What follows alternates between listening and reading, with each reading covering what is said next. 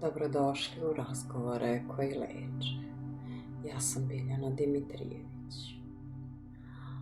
Ako ste danas umorni, ako nosite nešto što ne možete da objasnite, ostanite sa mnom nekoliko minuta. Danas želim da vas pitam jedno pitanje. Da li vam se nekada dogodilo da neko izgovori samo jednu rečenicu, a da vaše srce počne ubrzano da kuca? Ili pak da prolazite pored nekog mesta i osetite težinu u stomaku? Zašto se to dešava? Zato što naš pokušava da zaboravi, ali telo pamti. Pamti trenutke kada smo bili uplašeni. Pamti dane kada smo ćutali, ali smo hteli da vrištimo. Pamti gubitke, razočarenja, preveliku odgovornost. I zato nije neobično da telo reaguje čak i kada mislimo da je sve prošlo. To ne znači da sa nama nešto nije u redu. To samo znači da naše telo još uvek nosi ono što nije stiglo da shvati.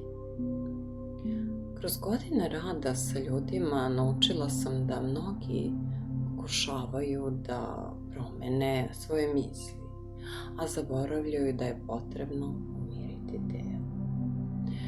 Kada usporimo disanje, kada opustimo ramena, kada sebi dozvolimo nekoliko trenutaka mira, i tada šaljemo telu poruku bezbedno je.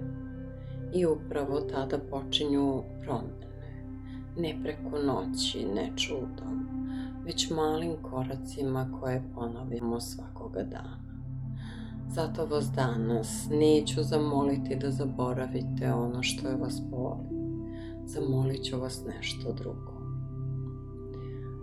Budite nežni prema sebi, ne osuđujte svoje suze, ne ljutite se na svoje emocije. One nisu vaš neprijatelj. One pokušavaju nešto da vam kažu. Večeras uradite jednu jednostavnu stvar. Sedite u tišini. Stavite jednu ruku na srce, drugu na stomak. Udahnite polako i izdahnite još sporije. Ne pokušavajte da promenite ništa, samo budite nekoliko minuta sa sobom. Možda je upravo to prvi korak ka miru koji toliko dugo tražite. Ako ste u ovom razgovoru pronašli makar jednu rečenicu koja vam je donela mir, onda je ovaj susret imao smisla. Hvala vam što ste i danas bili sa mnom.